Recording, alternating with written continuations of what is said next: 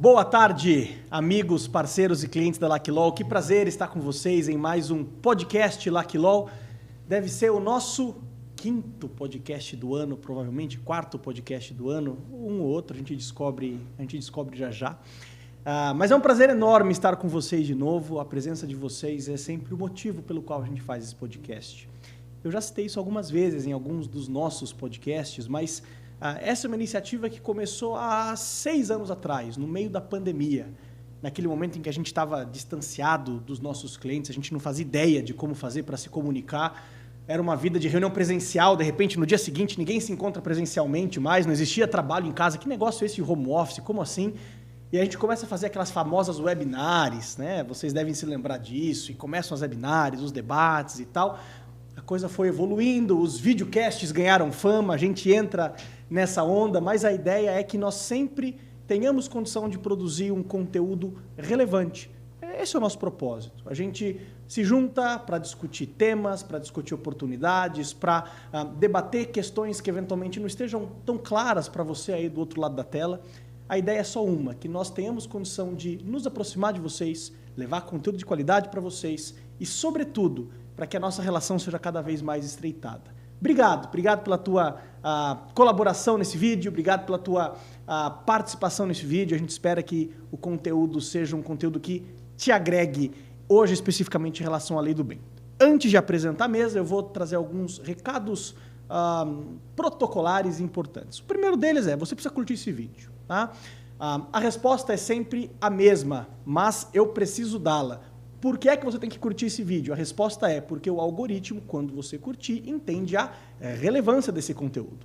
Quando você curte, você está dizendo para o YouTube, olha, eu me interesso por esse tipo de assunto e, além de você se interessar, você está dizendo, este conteúdo que eu estou assistindo tem relevância.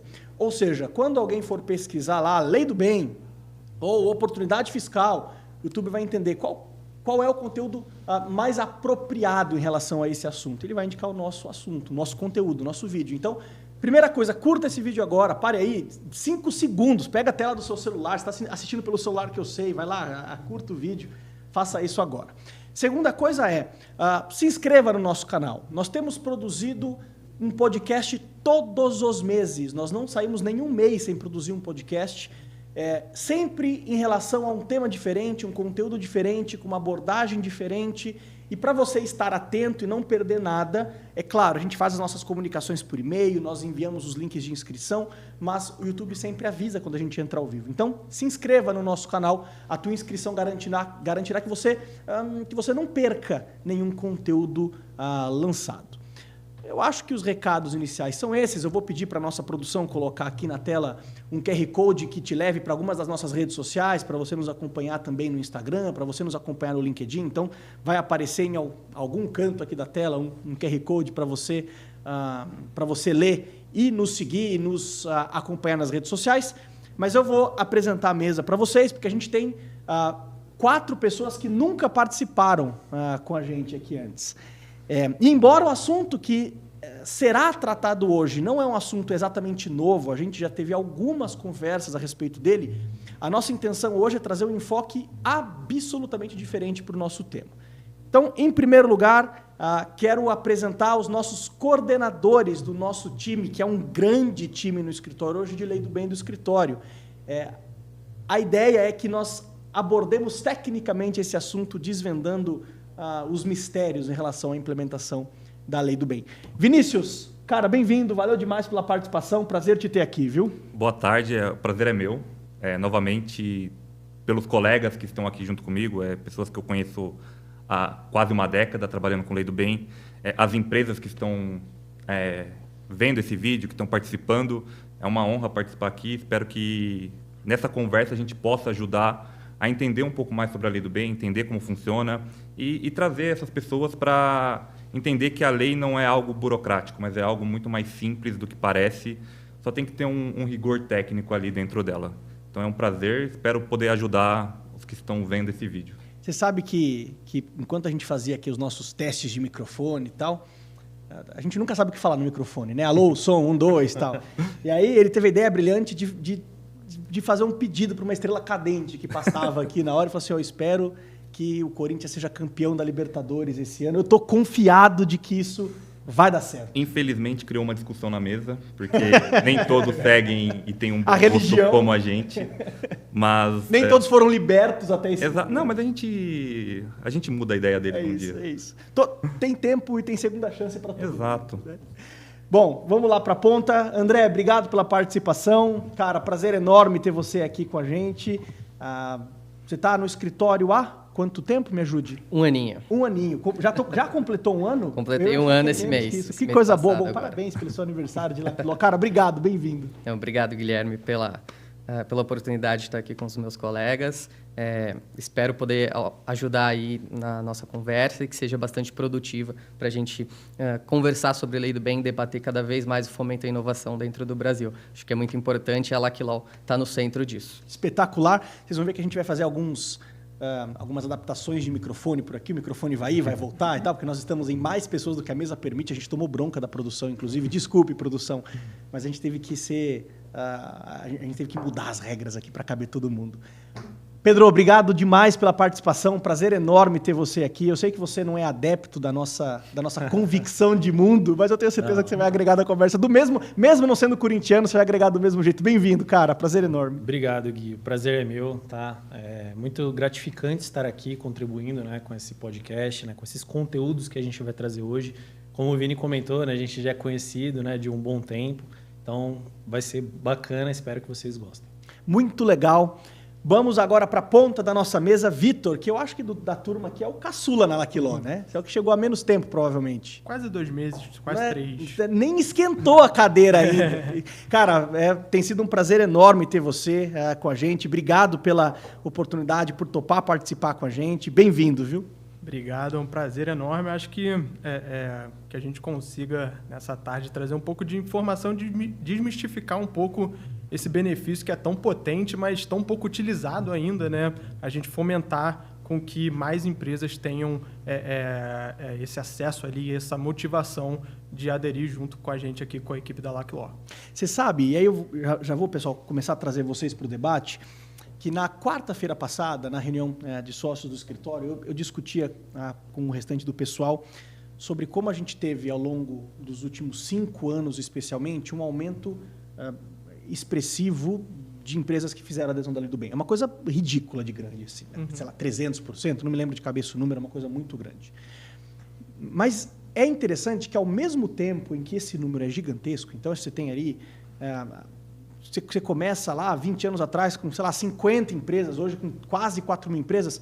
Apesar disso, o número de empresas que usa a Lei do Bem ainda é ínfimo, é ridículo de pequeno. E é interessante, Vitor, e veja, eu vou propor aqui que a gente comece do macro para o micro. Então, vamos olhar para a Lei do Bem de maneira geral, a gente vai afunilando, vai descendo para que nós tenhamos condição de percorrer essa estrada da Lei do Bem com cuidado. Mas é interessante que, embora esse crescimento ainda é inexpressivo quando eu olho para a massa das empresas no Brasil, né? Quando eu olho para as empresas do lucro real, que hoje, segundo o MCTI, são 200 mil empresas, eu tenho 3 mil empresas, 4 mil empresas que fazem o trabalho. Bom, a gente já discutiu em outros momentos muito por que disso, por que é tão pequeno esse número, por que tão poucas empresas fazem esse trabalho. São várias teses, é falta de conhecimento, é medo, são várias teses e tal. Mas o que eu quero focar aqui, aí, Vitor, eu te trago para a conversa, porque... apesar das empresas, aos poucos, estarem conhecendo mais a Lei do Bem, ainda existe muito medo / preconceito quanto ao medo fiscal da oportunidade, né? Quer dizer, bom, eu estou aqui implementando um tema que, no fim das contas, pode me dar problema. Eu vou arrumar uma briga com a Receita Federal, a Receita não gosta que eu faço isso, eu vou lá implementar um crédito, vou tirar a arrecadação do governo, eu posso... virar inimigo da Receita fazendo isso. Cara, traz um pouco a visão para a gente, de maneira geral, sobre como é que uma empresa tem que encarar fiscalmente a Lei do Bem. Quer dizer, eu tenho risco em aproveitar a Lei do Bem? A Receita Federal tem algum problema em relação ao benefício em si? Aí, a partir dessa sua fala inicial, a gente vai descendo os detalhes. Perfeito. Acho que é um dos pontos principais, de fato, que normalmente as empresas... elas têm esse receio de aderir ao incentivo e de iniciar, de fato, esse ciclo para tomar esse benefício. Mas eu acho que são pensamentos ali, são ações de empresas que estão fora desse fluxo. Não são rigores tão absurdos ali à primeira vista. De fato, ultimamente a gente tem visto a Receita Federal ter essa atuação um pouco maior na visualização desses benefícios e, de fato, entender quem está usando cada tipo de benefício. Ano passado a gente viu a implementação da DIRB, que é uma declaração nova para essas empresas que fazem uso de incentivo, benefício ou algum tipo de renúncia fiscal, e a Lei do Bem está inclusa nessa declaração. A gente teve uma portaria também do próprio Ministério indicando que eles vão repassar a relação de empresas que estão aderindo cada ano a um incentivo, mas isso, de fato, é mais para ter um controle e ter uma visualização dos dois órgãos ali que são responsáveis, cada um na sua atuação, um para fiscalizar avaliar tecnicamente os projetos e o outro entender a fruição do benefício, mas são pontos básicos que qualquer contabilidade ali ela consegue estar dentro do que é previsto ali pela Receita para a utilização do benefício. Então, não tem uma visualização, um foco maior da Receita em cima dessas empresas, e acredito que o incentivo perdura aí, está desde 2005, né? Então tem 21 anos que ele não foi nem alterado ali. Claro, cada ano tem um ajuste ali ou outro, ele está se tornando mais com mais necessidade ali de anexo, de comprovações, mas ele nunca foi alterado e ele até visto ali com bons olhos para ser ampliado. Então, a gente tem uma limitação de empresas com prejuízo, não podem tomar uso, então já é um debate ali que vem para poder ampliar para essas empresas estocarem esses dispêndios para anos que tiverem lucro novamente. Então, é um benefício que não tem que ter esse medo todo que normalmente a gente vê. Interessante, né? Porque quando a gente pensa em geral em temas tributários no Brasil, isso vale para a Lei do Bem, mas não só para a Lei do Bem. Eu tenho dois mundos muito diferentes aqui. Eu tenho aquelas 500, 1000 grandes empresas, maiores empresas do Brasil, que são bem assessoradas, que têm bons parceiros, que acessam bons escritórios, acessam as grandes bancas, as melhores consultorias, e eu tenho todo o restante. Isso me traz uma série de problemas. Então, assim, identifico uma oportunidade, mas não sei implementar, ou não identifico, não conheço a oportunidade, tenho problemas de discussão de contencioso administrativo. Isso vale para qualquer tema tributário. Mas aí, Vitor, eu vou pegar um gancho seu, porque tem uma coisa importante que me parece ser parte dessa desmistificação, como você começou a tua fala lá no comecinho, né? Assim, a Lei do Bem, ela me parece ser um projeto, uma oportunidade tributária mais democrática do que as outras oportunidades. Né? Algumas oportunidades no Brasil exigem uma força de equipe própria tão grande que eu estou restrito a 100 grandes empresas. Tá? Eu não sei se eu estou falando bobagem, cara, me corrija, aliás, me corrija, viu, pessoal, mas assim, quando eu olho para a Lei do Bem, me parece que eu estou diante de um benefício democrático. Perfeito. Eu tenho algumas regras, assim, eu tenho que estar no lucro real, então a empresa eventualmente não vai ser tão pequena, eu tenho que ter lucro fiscal apurado, pagamento de imposto de renda, enfim. Mas, quando eu estou dentro desses critérios, me parece que a oportunidade de eu aplicar esse benefício existe. Então, duas perguntas. Primeiro, cara, você concorda com essa avaliação ou eu estou falando bobagem? Quer dizer, eu posso pensar num projeto mais democrático do que outras oportunidades? E segundo, se eu sou uma empresa que sou menor, porque isso é uma coisa impactante também, assim, eu posso ser uma empresa de alguns poucos milhões de faturamento, mas que eu inovo do mesmo jeito. Aliás, estou falando demais aqui já, mas em alguma medida, eu, sendo uma empresa pequena, preciso inovar mais do que sendo uma empresa grande. Porque eu preciso competir com o mercado que hoje já está cartelizado, que já está monopolizado, eu preciso competir com gente grande, eu tenho que inovar mais. Então, se eu tenho essa inovação, como é que eu faço para acessar? Eu não tenho time para isso, enfim. Como é que eu faço para me preparar para acessar esse benefício democrático, caso você concorde que ele seja democrático, enfim? Não, perfeito. Eu acho que de fato, concordo com a sua afirmação, porque ele não tem uma área específica do Brasil ali, uma região específica para utilização, como existem outros ali incentivos fiscais, ele não tem uma área de atuação da empresa, não tem uma restrição quanto a valores, então qualquer empresa, se você investe R$10 mil, R$100 mil, R$100 milhões você vai ter o benefício em cima do que você investe, então não tem nenhum tipo de, frente ao Ministério, nenhum tipo de segregação nesse sentido. Então, de fato, cada um dentro do seu contexto ali, do seu ecossistema, consegue pleitear, claro, como você falou, atingindo ali as premissas que o incentivo prega, ele consegue protocolar o seu próprio projeto ali que foi desenvolvido. Então, concordo 100% com essa narrativa, que é um benefício para todos ali que tem essa atuação em cima de pesquisa, desenvolvimento e inovação. Vamos então, descer uma casinha aqui. Vamos lá. Então, começamos a falar sobre que a gente quer desmistificar um pouco esse programa, vale benefício, é democrático, vale para todo mundo. Alguém de vocês me ajuda a definir, mas em uma frase, tá? Vocês têm, assim, 20 segundos para falar. Definam o que é, para mim, a Lei do Bem no Brasil. Você, já que ninguém falou, vou ter que apontar, não tem jeito.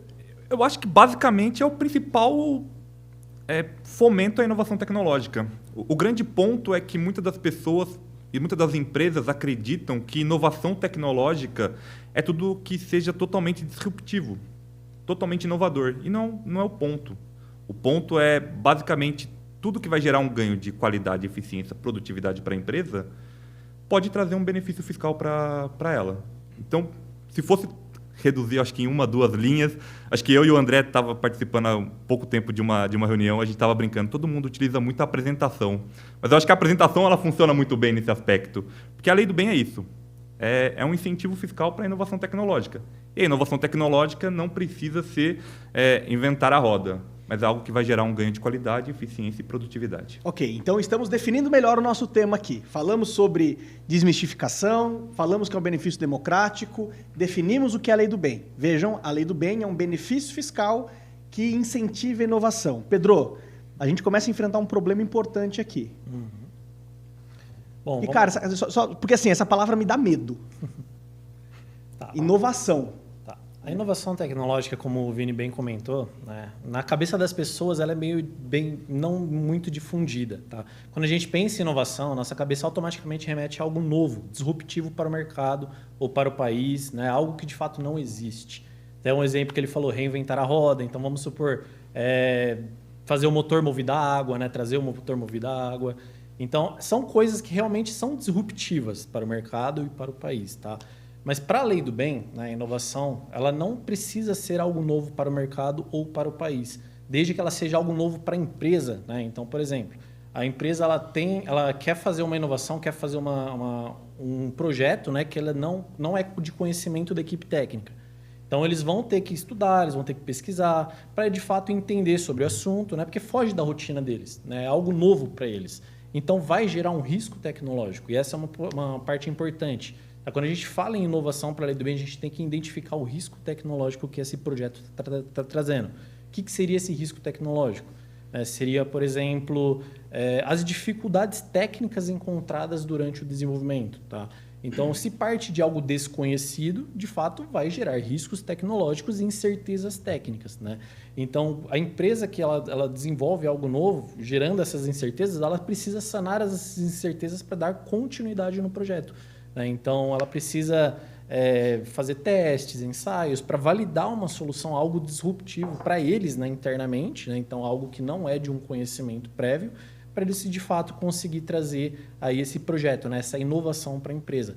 E não necessariamente ela precisa ser um produto, né? Ela pode ser uma melhoria de processo, tá? Então, que vai trazer um ganho de qualidade para um produto, por exemplo, ou então uma grande produtividade, né? Que vai gerar para a empresa mais competitividade no mercado. Pessoal, fiquem à vontade para uns comentar os outros aqui, tá? Perfeito. Vai lá, Vitor. Eu ia só adicionar um ponto que eu acho que é bem importante, essa questão, até entrando ali na definição, acho que pode ser visto também como um braço direito das empresas, o próprio Ministério, para compartilhamento de risco. Então, se você vai se propor a desenvolver algo novo, você tem essa questão da incerteza, do risco. Então, o Ministério ele entra como seu braço ali. Beleza, eu vou te ajudar ali, eu vou motivar as empresas brasileiras a investirem em pesquisa, desenvolvimento e inovação, retornando esse percentual aqui, que varia ali de 20% a 34%, para você ficar mais confortável de investir. Eu tenho um sócio compartilhando o risco junto comigo Exatamente. nesse sentido. Exato. Não só um sócio comendo meu tributo. Mas interessante, né? Porque eu vou confessar para vocês aqui. Eu acho esse um tema... Sempre que a gente debate esse assunto, eu continuo achando esse tema difícil. Porque definir inovação nunca é uma coisa clara na minha cabeça, assim, sabe? Perfeito. Quer dizer, deixa eu tentar trazer um exemplo aqui. Então, vamos lá. Eu estou na Laquiló, vou dar um exemplo fictício, tá? Eu estou na Laquiló e vou adquirir um ERP, porque eu preciso pensar na reforma tributária, e a reforma tributária me exige mudar a não cumulatividade. Fui lá, bati na porta do SAP, comprei o SAP, implementei o SAP, gastei $1 bilhão de dinheiro. O SAP já existe. Eu não implementei nada. Mas é novo para mim. Então, o Pedro comentou, não, tem que ser novo para a empresa. Mas qual que é o limite aqui, entendeu? Quando é que eu sei que isso é inovação? Então, assim, quando vocês sentam lá na empresa, a empresa, a gente vai falar um pouquinho disso já. A empresa apresenta os projetos para vocês. Aqui eu faço isso, eu gasto com isso.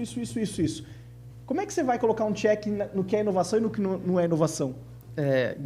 Guilherme, foi por isso que eu puxei o microfone aqui, que eu queria compartilhar, que é justamente, né, a gente está falando que é uma lei de incentivo à inovação tecnológica. Só que o que a lei incentiva é o processo de inovação tecnológica, é o processo de pesquisa e desenvolvimento e não a inovação tecnológica em si. Como você bem citou, se você compra um software de prateleira, o plug and play, né, você instalou lá, está rodando. Você vai melhorar o seu processamento, às vezes você melhora a qualidade do seu sistema, só que você não teve um processo de desenvolvimento, você não teve o risco tecnológico, como o Victor e o Pedro bem trouxeram. Então, o que tem que ser agregado à inovação tecnológica? O processo de pesquisa e desenvolvimento. Isso está em manuais, né, que ajudaram... O processo precisa ser interno, André? Isso, o processo precisa ser interno. É essa a questão. Claro que existem prerrogativas que você pode solicitar apoio técnico para esse desenvolvimento tecnológico. O que não pode haver é uma transferência do risco tecnológico.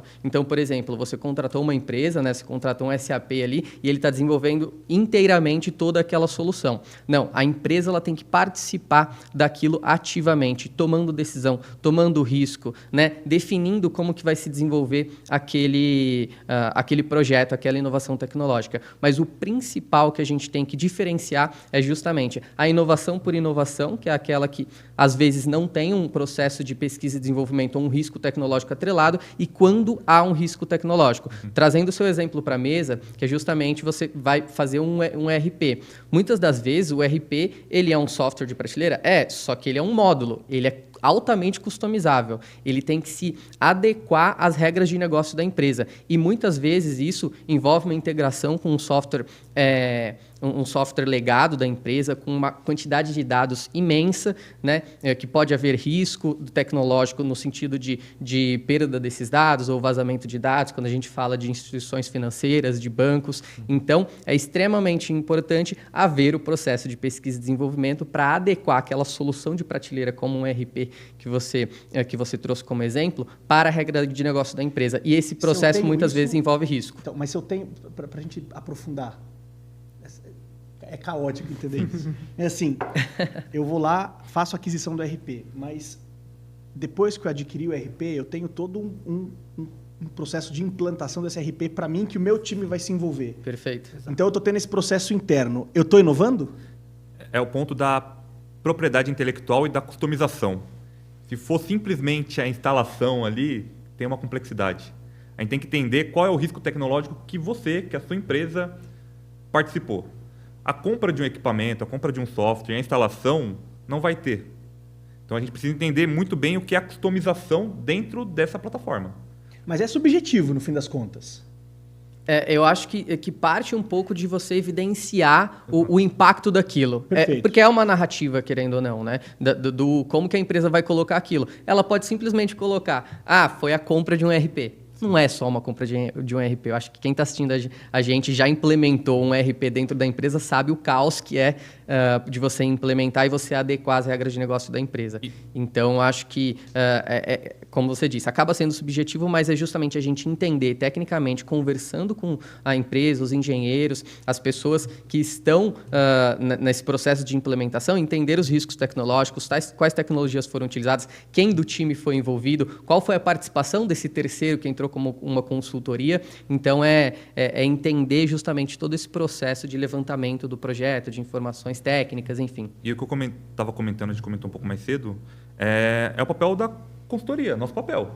Então, a gente vai identificar, eu comentei um pouco mais cedo, que as empresas acreditam que nada é inovador, que inovador tem que ser novamente, inventar a roda. Mas, novamente, dentro de uma compra de um RP ali, pode ter algo que, de fato, é inovador. E é papel nosso, como consultoria, mostrar isso, mostrar o risco que tem, mostrar o que pode ser inovador dentro de um projeto e o que não é. E aí a gente contabiliza horas, valores e a gente consegue ter um valor de benefício. E traduz, né? Acho que o papel principal também é traduzir para a linguagem do Ministério. Então, não é simplesmente como o André falou. Normalmente, eu acho que, como a gente falou, é democrático nesse sentido, mas eu acho que o calcanhar de Aquiles ali de algumas empresas é como demonstrar isso para o Ministério. Então, é aí que a gente entra com a nossa expertise ali para traduzir praticamente o que foi a linguagem ali operacional que a gente conversa com os técnicos para a linguagem que o Ministério entende como um projeto. Dá para definir o que o Ministério não gosta de tratar como inovação? Então, assim, eu sei que essa pergunta é meio ampla demais, porque o Brasil tem 1 bilhão de segmentos de empresas diferentes. É indústria, é serviço, então não dá para eu colocar numa caixinha todo mundo. Mas, assim, se eu olho para um projeto, quando eu respondo para o meu cliente, olha, o MCTI não vai gostar desse projeto. Quais são os elementos, em regra, para o MCTI não gostar desse projeto? Bom, em relação a não gostar, né, eu acho um pouco complicado explicar, tá? Mas o contexto da inovação na Lei do Bem, ela parte de 3 vertentes, tá? Então, tem a parte da pesquisa realmente, pesquisa básica dirigida, onde é criar um conhecimento, né? Então, você vai descobrir algo disruptivo, de fato, né? Então, no caso, seriam as pesquisas acadêmicas, né? Para começar a entender sobre algo, tá? Então, descobrir. Eu vou até dar um exemplo para ficar mais tangível. Vamos supor que a gente tenha uma liga metálica de composição não existente. Então, os acadêmicos vão lá, vão descobrir essa liga metálica, né? Então, eles vão partir de algo disruptivo que não era de um conhecimento geral. Tá? Aí a gente parte para a segunda vertente, né? Que é a pesquisa aplicada. Que seria também pesquisas para descobrir algo, no entanto, para aplicá-las a alguma coisa. Então, continuando no exemplo que eu dei, né? da liga metálica. Então, seriam as pesquisas para entender aonde essa liga metálica seria melhor aplicada, seja no mercado civil, mercado de aviação, mercado de navios, enfim, e, de fato, entender qual o objetivo dessa liga, né? O que ela seria, o que ela traria de qualidades aí para esses mercados, tá? E a outra vertente, né, que inclusive que eu até costumo dizer que a gente mais encontra nas indústrias, seria o desenvolvimento experimental. Tá? Que ele parte, de fato, de conhecimentos já existentes, né? Para trazer uma melhoria de um processo, né? Desenvolver um produto, ou, inclusive, trazer aí uma melhoria em softwares, né? Que a gente comentou. Então, se tratando agora, respondendo a sua pergunta, né? Sobre o que o MCTI não gosta, né? Que ele não recomenda muito em relação a projetos, a gente parte de um princípio de que a gente seguia, né, no Guia Lei do Bem, no Manual de Frascati, e justamente eles trazem esses conceitos que eu comentei, né, da pesquisa básica dirigida, pesquisa aplicada e desenvolvimento experimental. Então, se a gente tiver, né, esses projetos enquadrados em um desses 3 conceitos, a gente já tem aí o aval do MCTI, digamos assim. Tá? Então, é muito difícil falar o que o MCTI passa a não recomendar. É mais fácil falar do que ele recomenda do que ele não recomenda, né? Tem um aspecto que ele manda muito nos pareceres, que é todo projeto que é rotineiro. Sim. Então, existem esses pontos, eu não sei se o André ia falar exatamente sobre isso, mas é aquele projeto que ele considera como engenharia, por mais que a gente considera, nós engenheiros que atuamos com isso, entendemos o que é inovação dentro da engenharia, o Ministério vê muito do que é rotineiro como sendo não inovador. E esse pode ser um ponto de atenção para nós identificarmos projetos elegíveis. Complementando, eu acho que, de forma direta, informação fora de contexto e desestruturada. Vou dar um exemplo. A gente pede para o time técnico, na parte que está construindo um software ou alguma coisa, e ele manda um log de atividades do Gira dele com 2.000 atividades. E aí imagina que uma pessoa que não tem experiência vai reportar isso para o Ministério. E aí ele reporta cada uma delas, ou vai fazendo mini agrupamentos, mas às vezes não tão impactantes. Então ele não demonstra o contexto do projeto. O que mais tem em projetos assim é mencionar de forma isolada uma mudança de interface num software, um acréscimo de um botão. Isso é informação descontextualizada, né? Eu acho que esse botão, essa mudança de interface, ela faz parte da melhoria de qualidade na construção de um sistema de pagamento para o cliente, sabe? É você contar toda a história do que foi desenvolvido, como isso impactou o negócio, como isso impactou tecnicamente, quais foram os riscos atrelados. Então, diretamente eu volto para o início. É informação descontextualizada e desestruturada, que é exatamente Mas isso. Mas o que você está dizendo, André, assim, isso é interessante. Você está dizendo que instalar um botão novo, uma interface nova, não é uma inovação, ou você está dizendo que ela precisa ser colocada dentro de uma narrativa mais bem estruturada? Que ela até pode ser inovação, mas se você mandar só isso para o MCTI, ele vai enxergar com os olhos. Ela não é inovação, né? Ela faz parte da inovação. Eu acho que isso remete até ao próprio manual de Frascati, né? Acho que para quem está ouvindo a gente nunca ouviu falar, mas é basicamente um dos manuais que definem o que é pesquisa e desenvolvimento mundialmente. Então, esse processo que o Pedro trouxe, né, de pesquisa básica, pesquisa aplicada, desenvolvimento experimental, que foi onde a Lei do Bem se baseou para definir esses conceitos. Então, o próprio manual ele traz que em determinados desenvolvimentos e projetos, às vezes uma melhoria de forma isolada, ela pode não ser vista como inovação tecnológica, mas dentro de um contexto de projeto, ela faz parte. Então, querendo ou não, quando ele manda, o técnico manda aquele log de 2.000 atividades do Gira dele, a gente tem que entender com ele qual foi a relevância daquelas atividades, né? Para qual propósito, qual projeto, né? E contar justamente metodologia do que foi desenvolvido, risco tecnológico, tecnologias envolvidas, enfim. Acho que é tudo isso, mas, de fato, isoladamente, a mudança da interface e o acréscimo do botão não é inovação, mas ela pode fazer parte de uma inovação. Eu acho que esse é o ponto principal. Muito legal. O MCTI, ele tem um manual, vocês estão assim, eu tenho um manual da Lei do Bem do Ministério, é isso, né? Esse manual, ele traz rigorosamente a definição do que é uma inovação ou não? Ou eu tenho debates aqui no meio? Olha, acho que vai ter só para ficar claro, né? Quais são os instrumentos que regulamentam a Lei do Bem? É a lei, o decreto que regulamenta a lei, a instrução normativa e tem alguns manuais. Tem o manual de Oslo, o manual de Frascati, mas esses são paralelos. E tem também o Guia Prático da Lei do Bem. O Guia Prático da Lei do Bem, acho que foi desenvolvido ali em 2020. Então, ele traz exemplos. Mas a gente vive num país onde tem diversos setores, né, cada um que cria... Que não estão contemplados nesses exemplos. Exatamente. Então, acaba ficando um pouco subjetivo e a gente tem que entender dentro dos conceitos. Claro, a legislação e esses manuais, eles definem o que é inovação tecnológica, o que é pesquisa e desenvolvimento, né? Pesquisa básica, aplicada, desenvolvimento experimental e a inovação, como o Vini trouxe no início, que é a criação de um novo produto, processo ou serviço que vise o ganho de competitividade, qualidade e produtividade. Beleza, definiu. Mas dentro disso existe uma gama de possibilidades, que é justamente o processo de desenvolvimento tecnológico. É o Brasil sendo o Brasil. Bem-vindos ao território tupiniquim. Para a gente dar um próximo passo para o próximo bloco, isso aqui é quase falar 3 pratos de trigo para 3 tigres tristes. Saiu. Vitor, assim, a gente discutiu relativamente, ainda que não dê tempo para aprofundar o tema, a gente está num podcast, a gente não está aqui num workshop de 3 dias sobre Lei do Bem, mas a gente está tentando descer um pouco sobre a definição do que é inovação ou não é inovação. Vamos tentar juntar os 2 blocos da conversa agora, porque a gente abre a nossa conversa falando sobre o projeto democrático, sobre para quem vale, dá para falar que qualquer um que inova tem que olhar para isso, empresas grandes, empresas pequenas, definimos o que é inovação.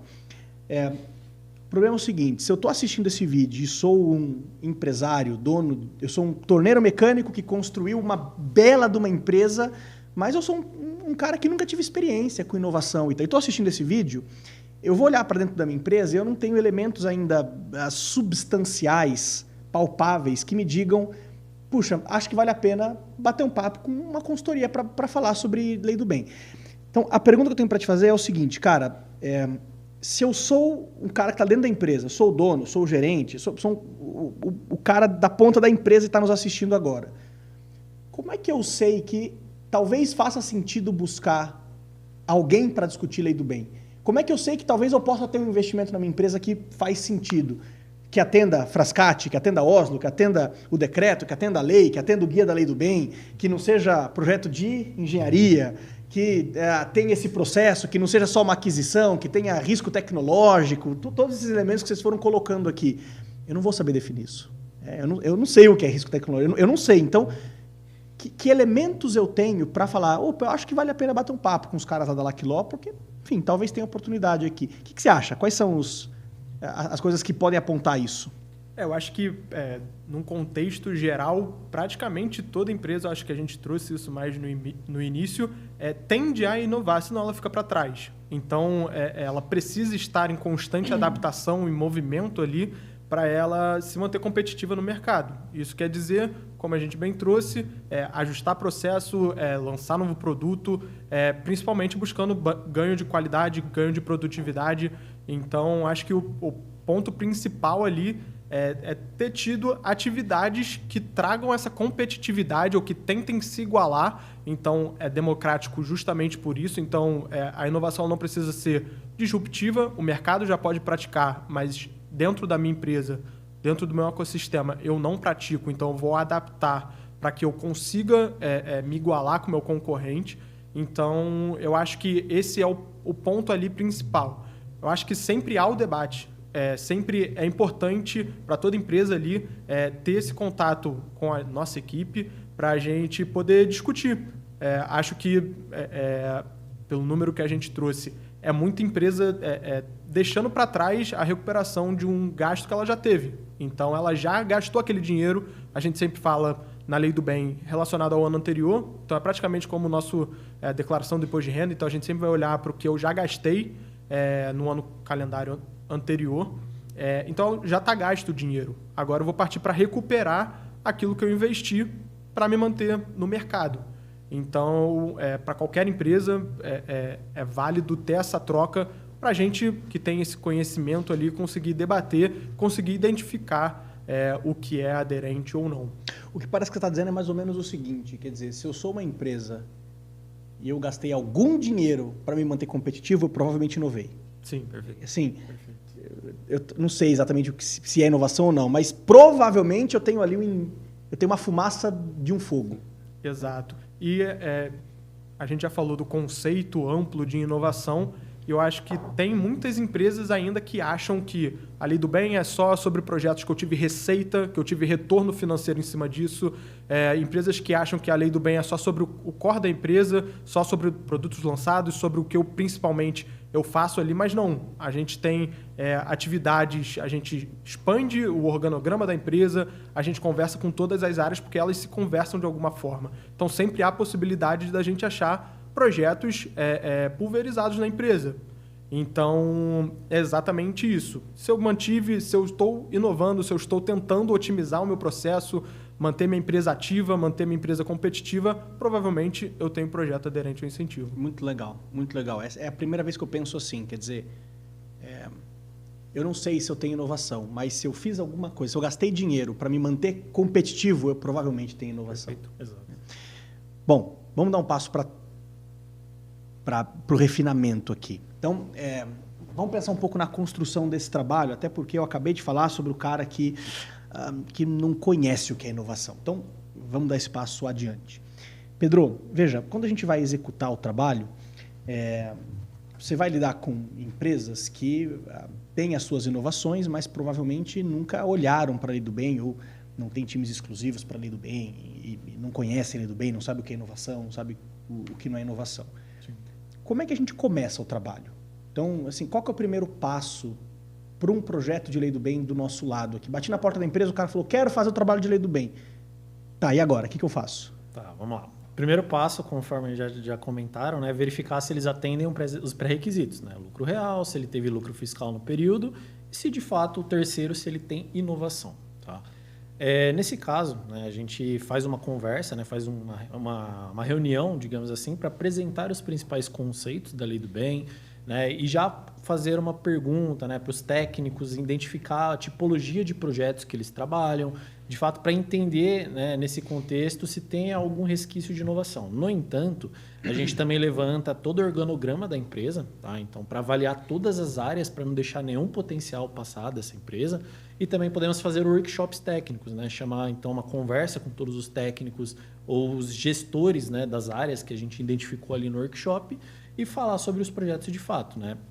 Nesse caso, tem muita empresa, né? Quando a gente faz esse workshop, eles falam, poxa, eu não sabia que isso era inovação. Para eles, realmente não é uma inovação, né? Mas traz esse conceito de algo novo, né? Que de fato, vou dar até um exemplo. Vamos supor que uma empresa ela fez aí uma automação. Tá? Então, a automação está muito bem difundida aí no mercado, né? Indústria 4.0, enfim.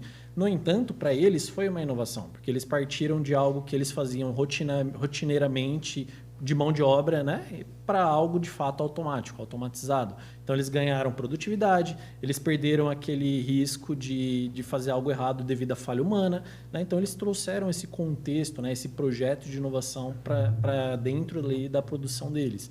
Né? Então, nesse caso, quando a gente vai conversando com os focais, né, eles vão apontando, eles vão lembrando, né, o que eles já fizeram e trazendo para a gente fala, não, mas isso tem resquício de inovação, a gente consegue levar para a Lei do Bem. Tá? Então, tentar aprofundar mais isso. Então, assim, a gente começa o trabalho, você vai sentar com os times técnicos. O que é um time técnico? Acho que é uma primeira definição. Assim. Você vai falar com uma empresa de 5.000 pessoas. Como é que você vai... O diretor financeiro fechou um contrato com a gente. Como é que você vai dizer para ele, cara, traz para essa reunião esse tipo de gente? Porque ele vai ter lá 5.000 pessoas para trabalhar. Então, quem é que esse cara vai trazer para a mesa? Tá, vamos lá.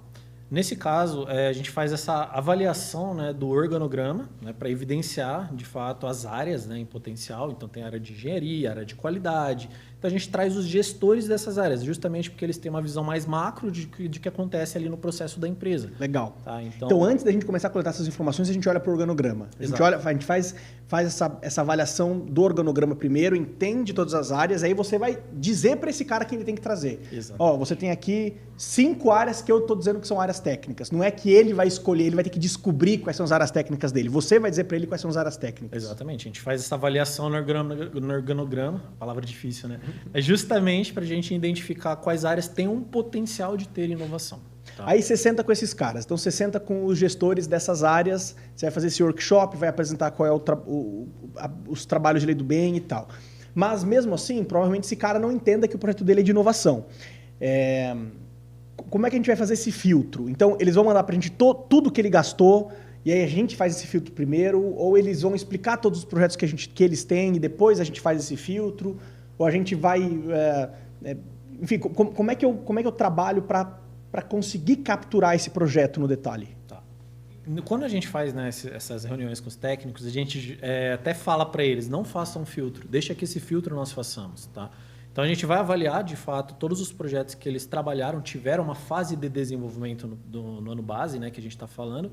Então, não necessariamente o projeto ele tenha que ter começado no ano base e finalizado no ano base. Tá? Então, se ele tiver projetos plurianuais, né, projetos contínuos, a gente consegue levar o que eles tiveram de desenvolvimento no ano base. Tá? Então, a gente vai avaliar esses projetos com eles, né, identificar, falar, esse filtro nós façamos. Então, envia tudo, de fato, que vocês trabalharam, tiveram uma fase de desenvolvimento, né, no ano base, e esse filtro nós vamos entregar para eles, né, inclusive explicando por que o projeto é elegível, por que o projeto não é elegível, tá? Trazendo um aculturamento tecnológico para a empresa. Né? Então, eles passam a entender o que é inovação com mais frequência.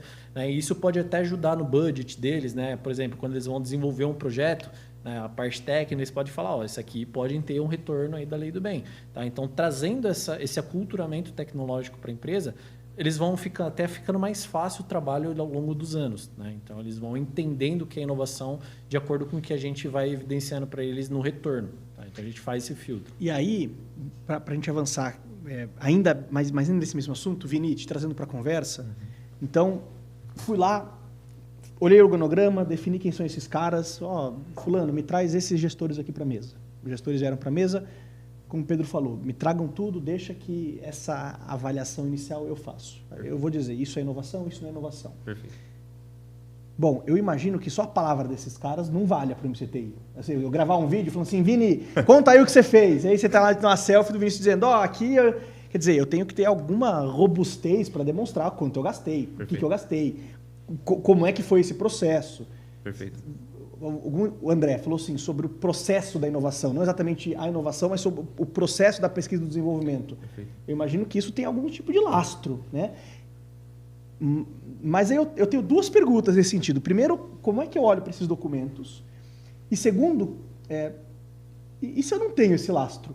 Se eu sou uma empresa que tive esse processo, que gastei dinheiro, Perfeito. mas que eu não tive lá um protocolo formal que eu desenvolvi para dizer quando eu vou gastar aqui, para desenvolver isso, para desenvolver aquilo. Pô, quem está inovando, Vini, é meu time de engenharia, o meu time que eu confio e tal. Eu não contratei um doutor especializado em inovação, eu não tenho aqui um laudo assinado.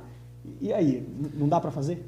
Basicamente, quando a gente pensa na parte técnica, o nosso relatório, o relatório que nós apresentamos ao MCTI, então, no final de julho, até o ano passado, agora em agosto, a gente apresenta um relatório técnico. Então, de tudo que o projeto que o Pedro ali levantou, nós vamos fazer de forma técnica ser apresentado qual é a inovação desse projeto. Então, qual é o elemento novo, qual é a barreira, qual é a metodologia aplicada naquele ano base. Infelizmente ou felizmente, nós não atuamos no projeto o ano inteiro. Nós precisamos ter informações técnicas. Nós não garantimos que isso é uma conversa entre nós aqui, quase como um segredo, nós não garantimos que o MCTI analisa os anexos que são possíveis de colocar dentro da plataforma. Eu posso colocar anexos na plataforma? Pode. E isso é um ponto que eu até iria comentar. O Vitor, um pouco mais cedo, comentou sobre a portaria que teve no ano passado. Até 2024, ano base 2023, não era obrigatório apresentar anexos. A gente tinha uma limitação de caracteres maiores para apresentar cada projeto, então era ali em torno de 4.000 caracteres por elemento, então elemento, barreira, metodologia. Atualmente já temos algumas obrigatoriedades para serem apresentadas dentro da plataforma, vindo dessa portaria do último ano. Então, basicamente, nosso relatório funciona muito bem como demonstrar a inovação tecnológica? Funciona.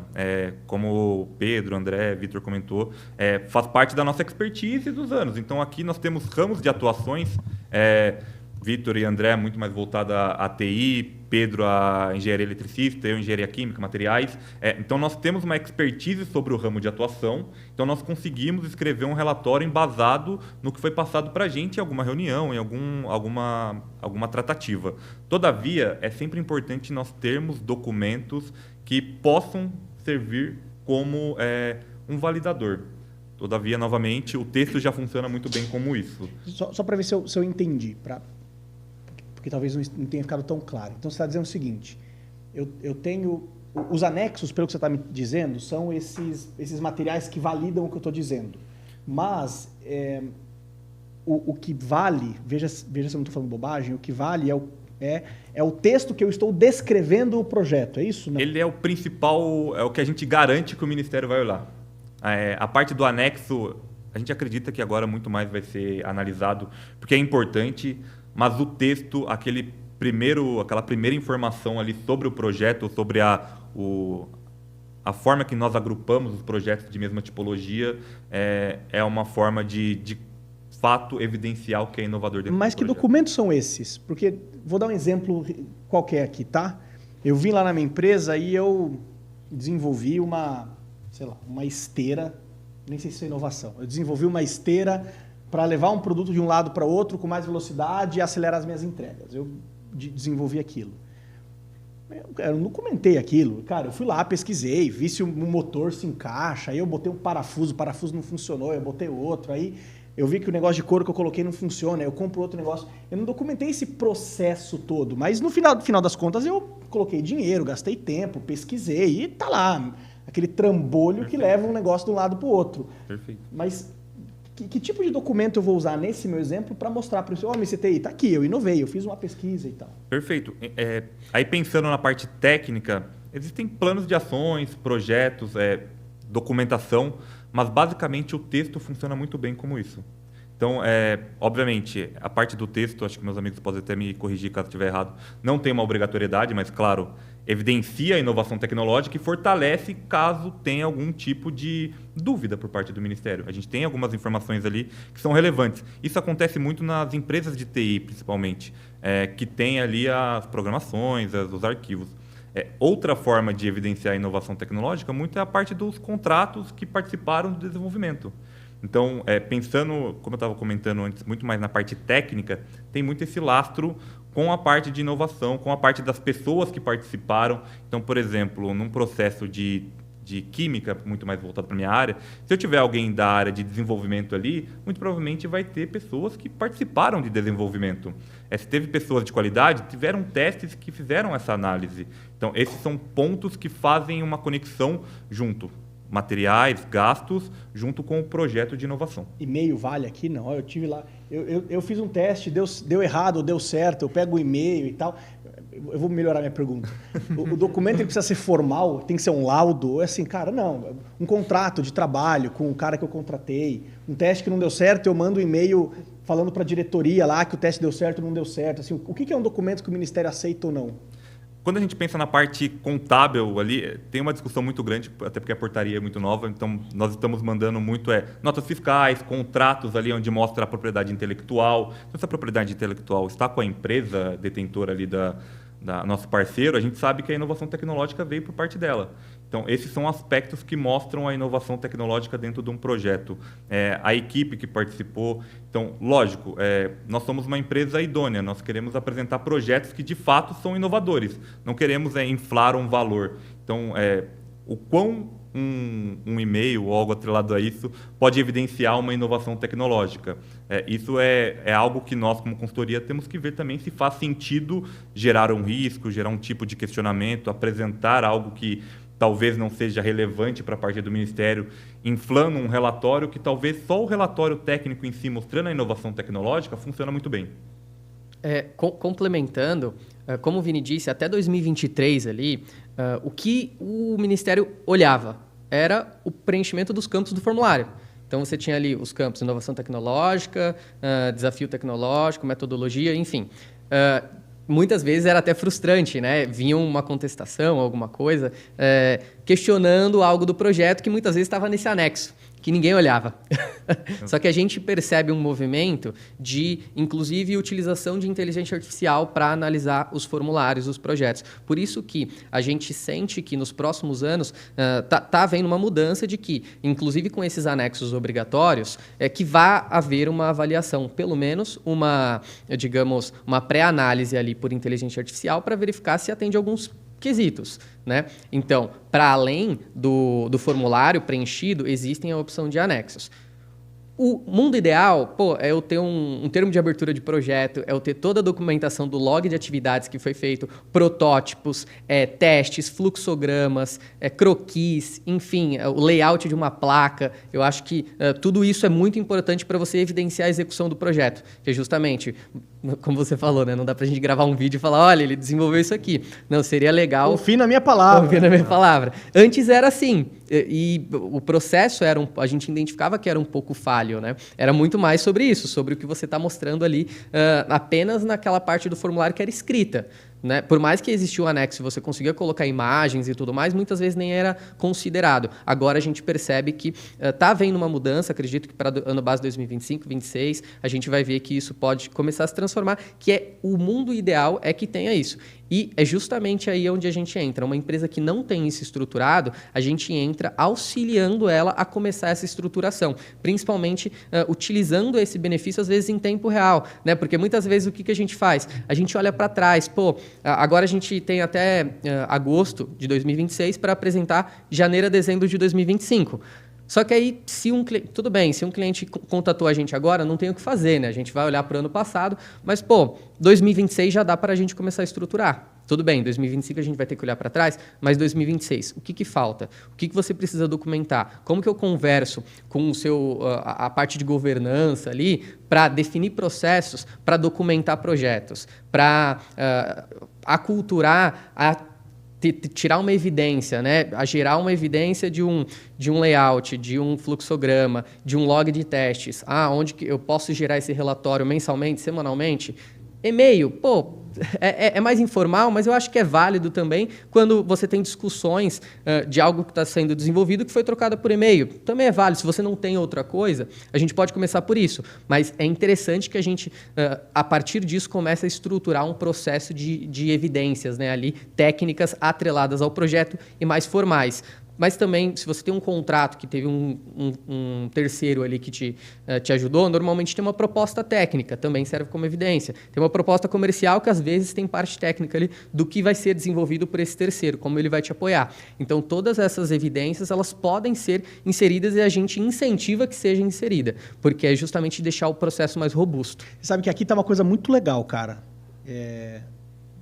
dessa nossa parte, desse bloco aqui, que é o seguinte... De novo, posso estar falando bobagem, se eu tiver, vocês me corrijam. Mas, provavelmente,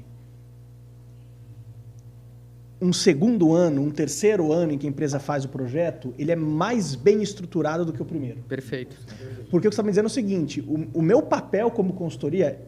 Então, para explicar isso para quem está nos ouvindo, embora todos já tenham falado assim, Lei do Bem... Diferente de toda oportunidade tributária clássica, que eu tenho aquele chamado prazo quinquenal, que eu olho para os últimos 5 anos, aqui eu olho para o último ano. Então, eu travo no último ano em relação à aplicação do benefício, que é o que o André está falando. Eu olho para trás, eu olho para o último ano. Mas eu olho para frente, porque essa empresa ela precisa continuar inovando. Sim. Então, me parece, André, razoável dizer o seguinte, o meu papel como consultoria eu olho para trás...